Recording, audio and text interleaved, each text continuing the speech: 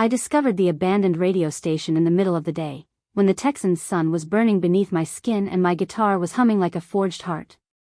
The city breathed dust, yet I felt another pulse hidden in the broken windows, in the narrow hallways that still held the songs of strangers, in the faded sign that once promised rock and roll every morning. Inside, it was dark, but the equipment still seemed alive, as if someone had only stepped out for a cup of coffee. I touched a string to test my voice, and at that very moment he emerged from the shadows. His voice was rough, his eyes were like quiet storms, and his hands bore the scars of stages and falls. "Do you sneak in here at night?" he asked. "I am searching for an echo point that will guide me home," I answered. He smiled the way a man smiles who had forgotten how to laugh and suddenly remembered again. We exchanged names. I was Cassie, he was Jake. He carried the scent of Texas on me, while I carried the road on him. Our elbows touched on the console, and the first accidental mix happened. Country music shook hands with broken rock. The argument was instant. "You are too simple. You are too exhausted." And then we grew silent, because a sound was being born between us, warm and dangerous. "Just do not fall in love," he said half-jokingly. "Love is the tax collected from those who survive." His words cut me, yet I nodded. Night fell over us like a black hood upon a lamp. We bought cheap tape, sold my cowboy boots for coffee, and spun the reels. The first song was born out of pain, but it clung to hope. I sang of the bar above my room, and he sang of the city that had stolen his voice.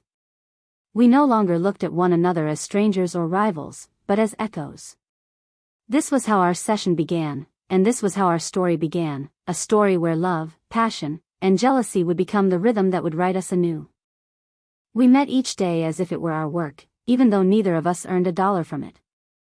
The radio station awakened at our touch, every button we pressed, every laugh that burst between the lines of our songs, every quarrel that echoed louder than guitar riffs. Jake insisted on heavy chords, I pulled everything toward country, and that constant clash sounded like a new genre, as if something entirely ours was being born. When he placed his hands on the guitar, I saw his past, the stages, the lights, the roaring crowds, and then the dark corridors that came after the glory, filled with bottles and shadows. He never told me directly, but his silence spoke louder than words. I wanted to be the cure for him, but I feared breaking myself in the attempt. One night, he led me up to the roof of the station. The air was hot, the stars hung low, and it felt as if we could pluck them with our hands.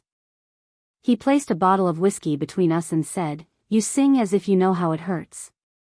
I replied, "Because I do." His fingers brushed my cheek, and the touch was more dangerous than any song. My body trembled, and I did not know if it was from fear or desire. We kissed, and the world exploded into silence, even the wind seemed to stop and listen. Yet with that kiss came a shadow, jealousy, which had not yet taken form but was already alive. I already knew I could not share him with his past, with his fans, with the memory of other women who must have sung songs beside him. And he, perhaps, saw in me not Cassie, but only another chance to run away from himself. Still, we kept silent and built music, hiding everything inside it, love, passion, jealousy, and the fear of losing our hearts again. Our days blurred into a single endless marathon of coffee, smoke, and music. We awoke to the static of an old radio and collapsed into sleep only when the stars fled before the morning sun. Jake taught me how to hear the silence between the chords, while I taught him how to feel the warmth of simple melodies born not from contracts but from the heart. Each song was like a naked soul, and sometimes I feared we were going too far, for after such confessions we could never remain only colleagues. When he looked at me, his eyes grew dangerously tender, and I realized that I was giving him more than just my voice. Yet within his gaze there lived anxiety, and I knew he was afraid of losing himself again within feelings. One evening, we returned from a bar where I had performed. The crowd had applauded me, but his face was dark, as if he had heard not music, but betrayal. "You sang for them the way you sing for me," he accused. His words struck me, heavy with jealousy. I wanted to explain that the stage is not a bed, and a song is not treachery, but his pain was older than us. We walked in silence, the moon drawing our shadows together even as we drifted apart. In the studio we avoided the subject, yet the tension vibrated in every sound. And it was this tension that made the music sharper, more sensual, more dangerous. I understood then, passion and jealousy were the fuel igniting our album. But would that same fire consume us entirely once the last song was recorded? We sat deep into the night in the studio, the reel spinning as if chasing our hearts. Jake smoked against the wall, his shadow looming larger than himself. I sang a new ballad, hiding my fear that one day he would leave, just as he had once left the stage, the glory, and love. When I finished, he crushed his cigarette and approached me. His hand brushed my shoulder, and at that touch my breath faltered. "You do not realize how dangerously you sing," he whispered, and I felt it was not a compliment but a warning. I tried to laugh it off, but his eyes burned with the same jealousy I had seen in them the night before after my performance. "You look at the audience the way you should only look at me," he said again. I could not contain myself. "What do you want? That I sing only for you?" His bitter smile cut through me. "Perhaps that is exactly what I want." Silence fell heavy between us, a wall that threatened to divide us. Yet when his lips touched mine, I responded without hesitation. The kiss was harsh, like combat, yet sweet, like despair. Our bodies found common language faster than our hearts. We collapsed on the old couch, and the music stopped, yielding to whispers and gasps. It was passion, hot and perilous, like a storm in the Texan desert.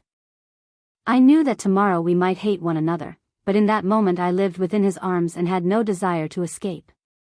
Somewhere in the darkness, the old radio station came alive not with music, but with love, a love that could become our greatest song or our deadliest curse. Morning found us amidst scattered sheets of music and the lingering scent of smoke in the air. I awoke first and watched Jake sleeping, his arms wrapped around his guitar as if it could replace me. His face was peaceful, but even in dreams his jaw was clenched, as if his body remembered battles he could not forget. I touched his hair, and he awoke suddenly, as though an intruder had entered our fragile world. "You have no right to look at me as if I belong to you," he said, and those words cut deeper than all of his songs. I whispered back, "Perhaps I have more rights than you imagine." He turned away, and for a moment I thought the night had been nothing but a mirage. Yet then he took my hand and pressed it to his lips. Within that gesture lived apology, desire, and helplessness all at once. We sat at the console and tried to work, but the notes betrayed us, and the microphone remained silent, as if it too felt our confusion. In his eyes I saw the struggle. He wanted me, yet feared losing me more. Jealousy made him sharp, passion left him vulnerable, and love made him dangerous even to himself. I sang a new song, each line a confession I could not speak aloud. He played chords as though it were the only way to keep us together. We were building music out of fragments of trust, and every chord reminded us that there was no road back. When the sun flooded the studio with gold, I realized we were already bound tighter than any contract or vow. And in that light I felt fear for the first time. Love can give wings, but it can also tear them apart mid-flight.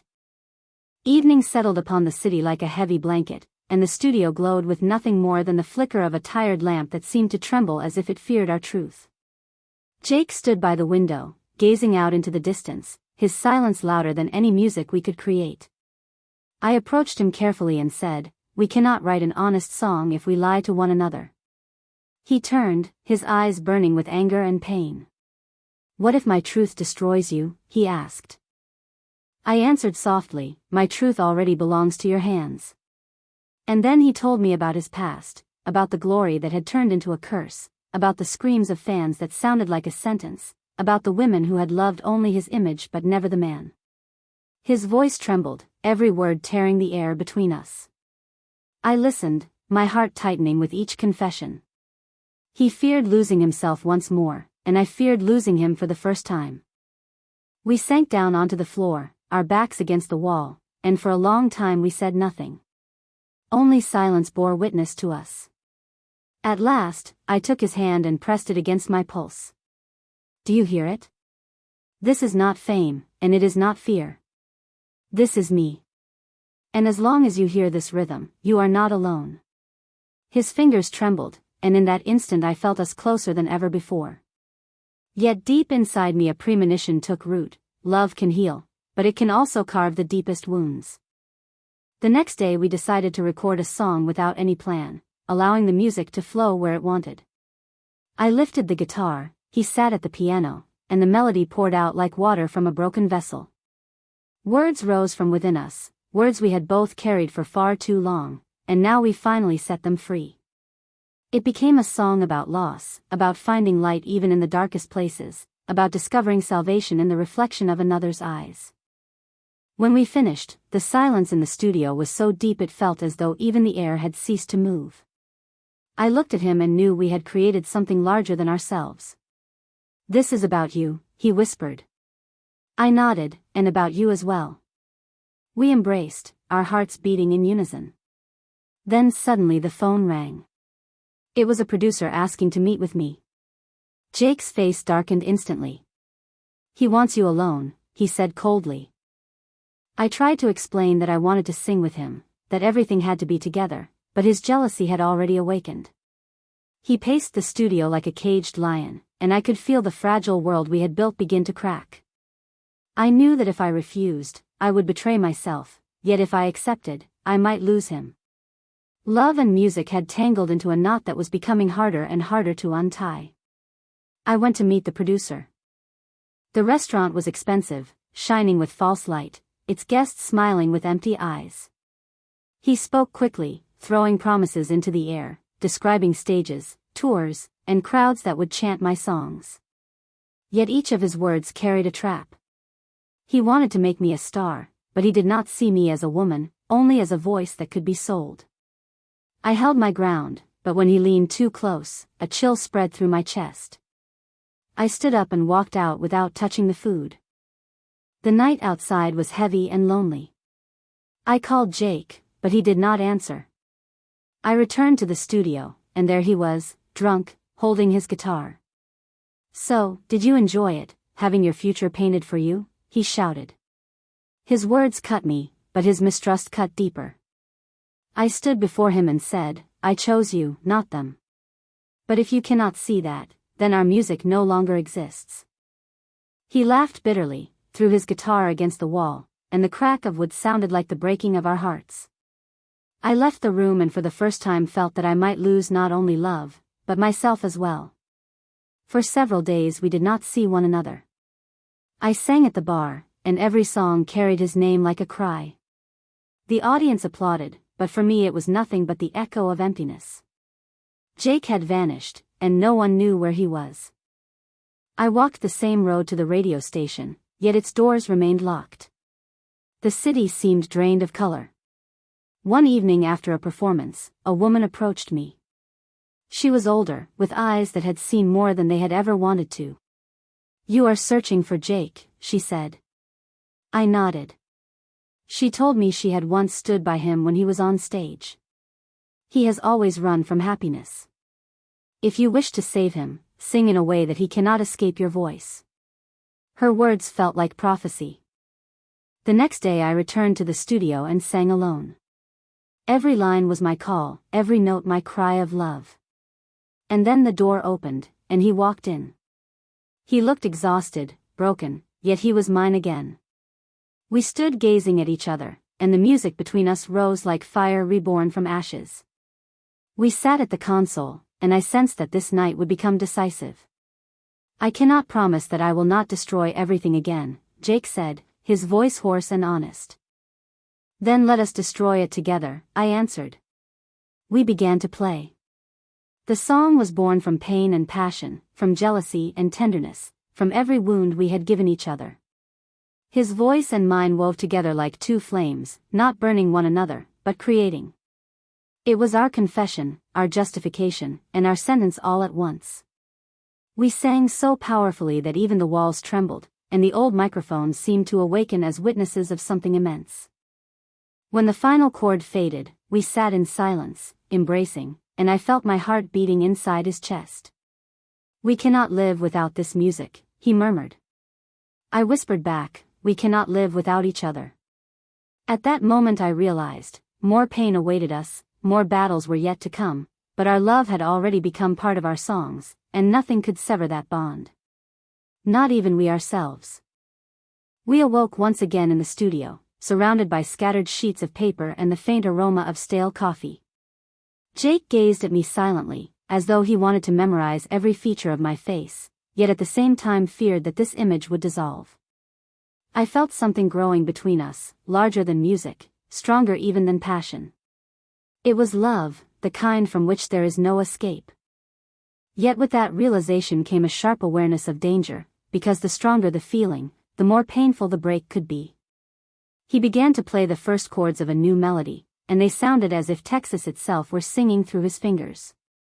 I followed with words, and together we created a song about people who try to save one another even while they themselves are drowning.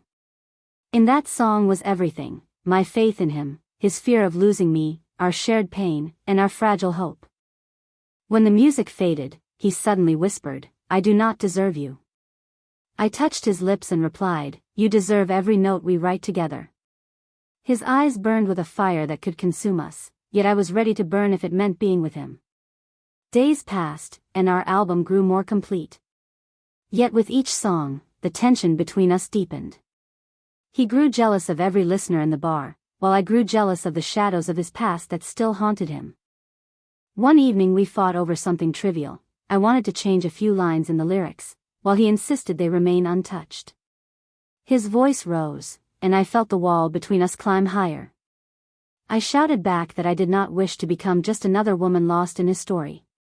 His face turned gray, and he stormed out, slamming the door. Left alone, I sang, pouring all the pain from my chest into every word. When he returned, his eyes were red. He sat down beside me and whispered, "I fear losing you more than I fear losing music." In that moment I finally understood. His jealousy was not about mistrust, but about fear of returning once more to emptiness. I embraced him and said softly, "You will never be alone, not as long as I sing." We decided to leave the studio and drive deep into Texas in search of new inspiration. The dusty road stretched endlessly, and the sunset painted the sky with the colors of our passion. We stopped at an old motel that smelled of coffee and gasoline, and there we spent the night. In a room with peeling walls, we loved each other as though tomorrow might never come. His hands were my shelter, and my lips were his redemption. We drank each other in like water after a desert journey, leaving no space for words. Yet even within those embraces, I felt his inner struggle.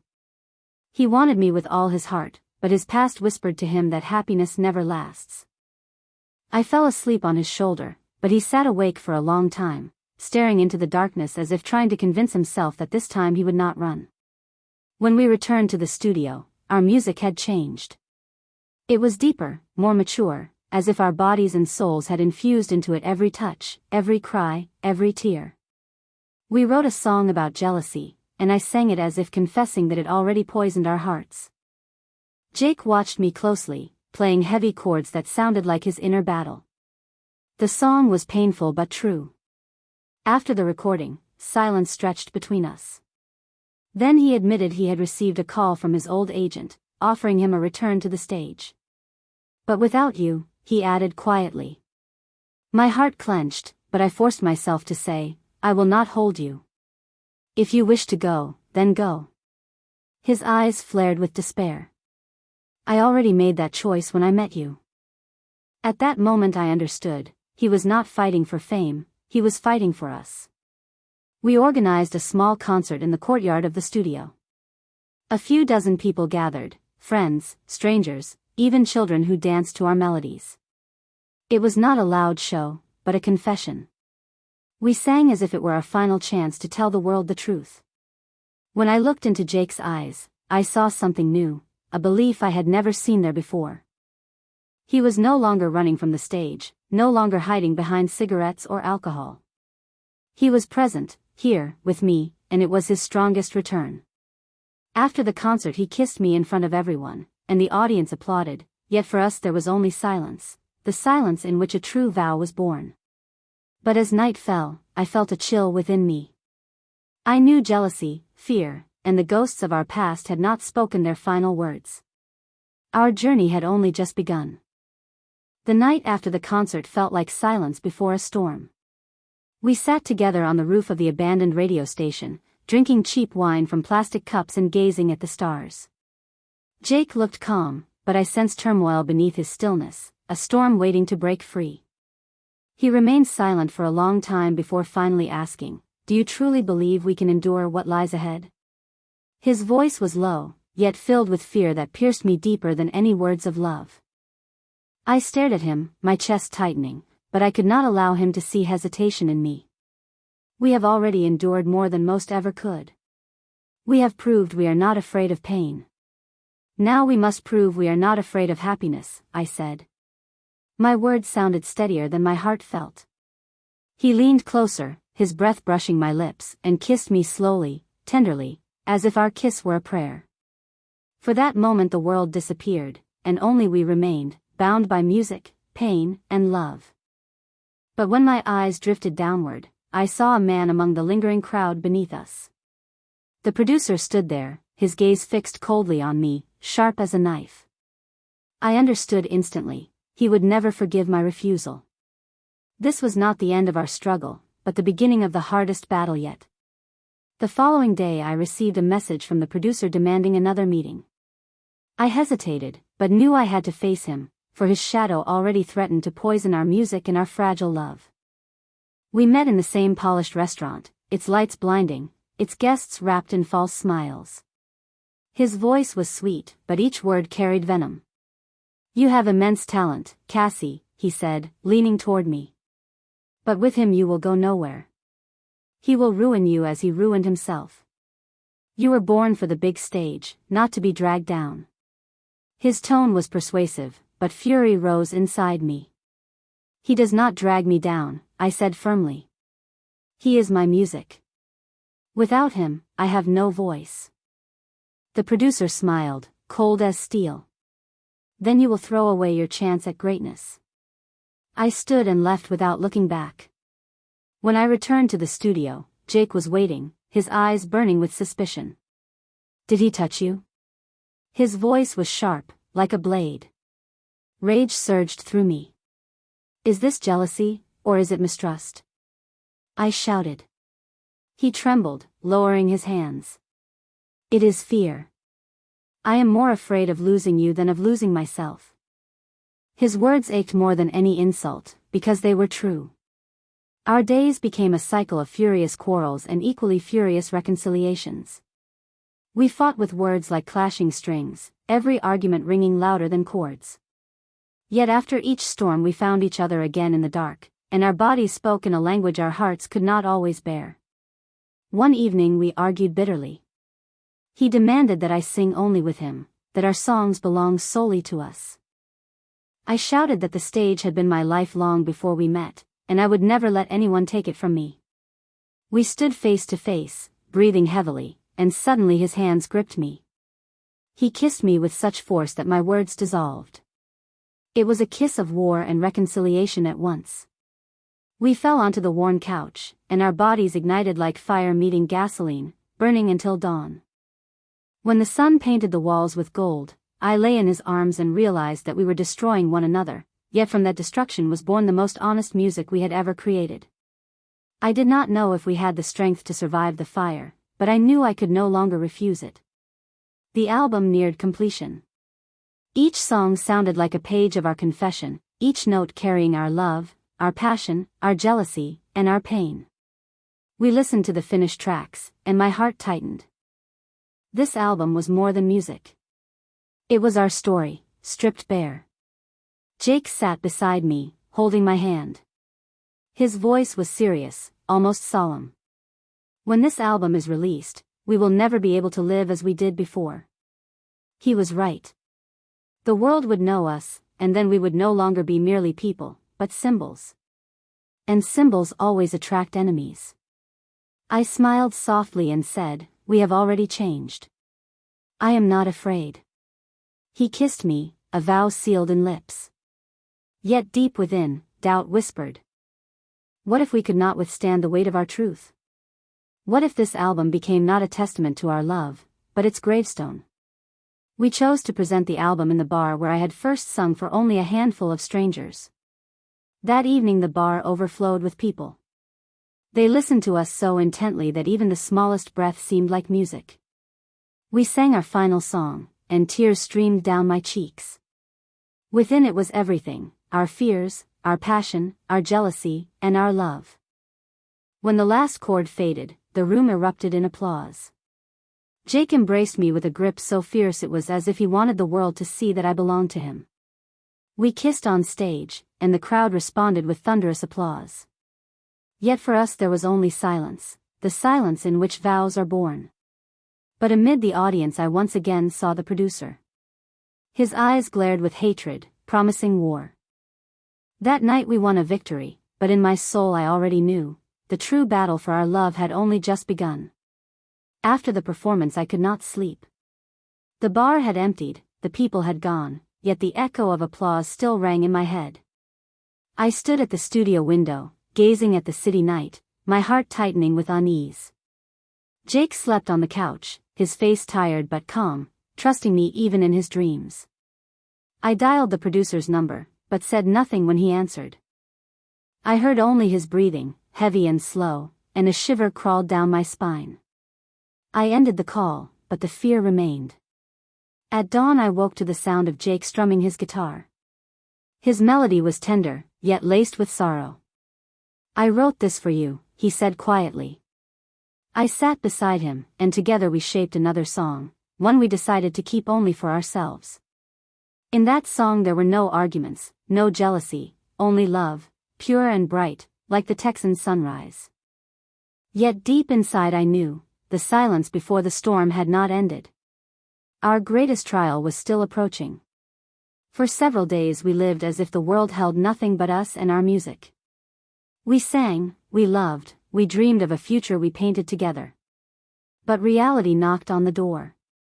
The producer appeared without warning, interrupting a rehearsal. His smile was cold, his voice confident. "You are both talented," he said, "but together you are doomed. The world will not accept your album. I can offer Cassie a contract, but only her." Jake rose, his fists clenched, rage ready to explode. I grabbed his hand and whispered, "Not here, not like this."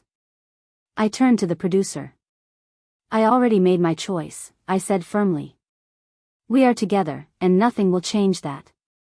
His face twisted with fury, and he left, the echo of his steps heavier than a scream. Jake pulled me into his arms and whispered, "You just signed our sentence." I answered, "So be it. Better a sentence together than glory apart." The tension between us grew daily. We knew the world was ready to judge our album, and judgment would be harsh.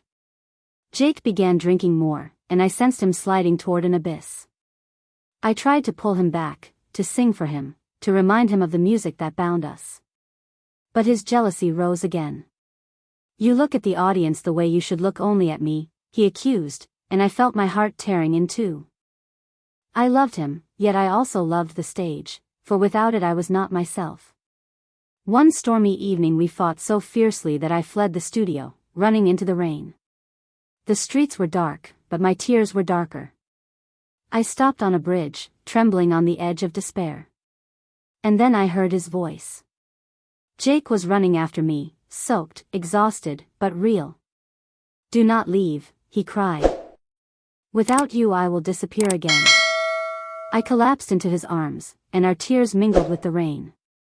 In that moment I knew, we were doomed to each other, bound by love that both saved and destroyed. The release of the album was an explosion. People listened and wept, because in every note was more than music, it was truth. It was a story of love that heals and wounds, of passion that ignites and consumes, of jealousy that burns the soul. We performed on small stages, and every time the audience listened as if hearing their own hearts. Jake began to shine with new strength, his fears fading as he sang beside me.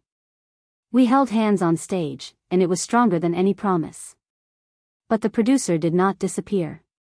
He spread rumors, sabotaged shows, bribed organizers. The more he tried to break us, the stronger we became.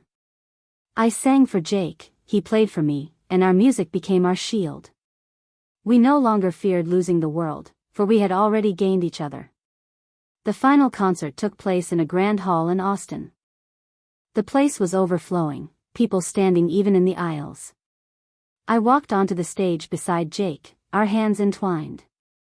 We began to sing, and the music rose above the walls, above our fears.